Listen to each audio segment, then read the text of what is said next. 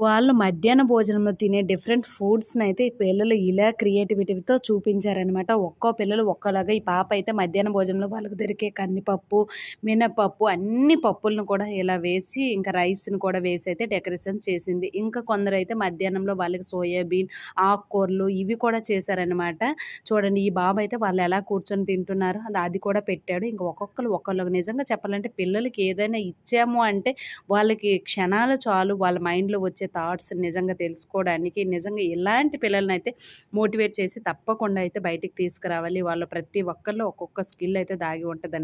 నిజంగా ఇలా చేయడానికే మన టైంలో అయితే అస్సలు ఇవేంటో కూడా తెలియదు. ఇప్పుడిప్పుడైతే ఇవి బాగా డెవలప్ అయ్యాయి. స్కిల్స్‌నే ముందుకు తీసుకొని వెళ్తాండ్రు. సో, ప్రతి ఒక్క పిల్లల్లో కూడా స్కిల్స్ అనేవైతే డెవలప్ అవ్వాలి. చూసారా ఈ వినాయకుడికైతే అన్ని మిడ్ డే మీల్‌లో వాళ్ళకి దొరికే సోయాబీన్ పప్పులు అన్నీ కూడా తయారు చేసి ఇంకా ఏ ఏ కూరగాయలైతే ఇస్తున్నారో ఆ కూరగాయలను కూడా డ్రా చేసి చూపించడం. ఇదే ఫస్ట్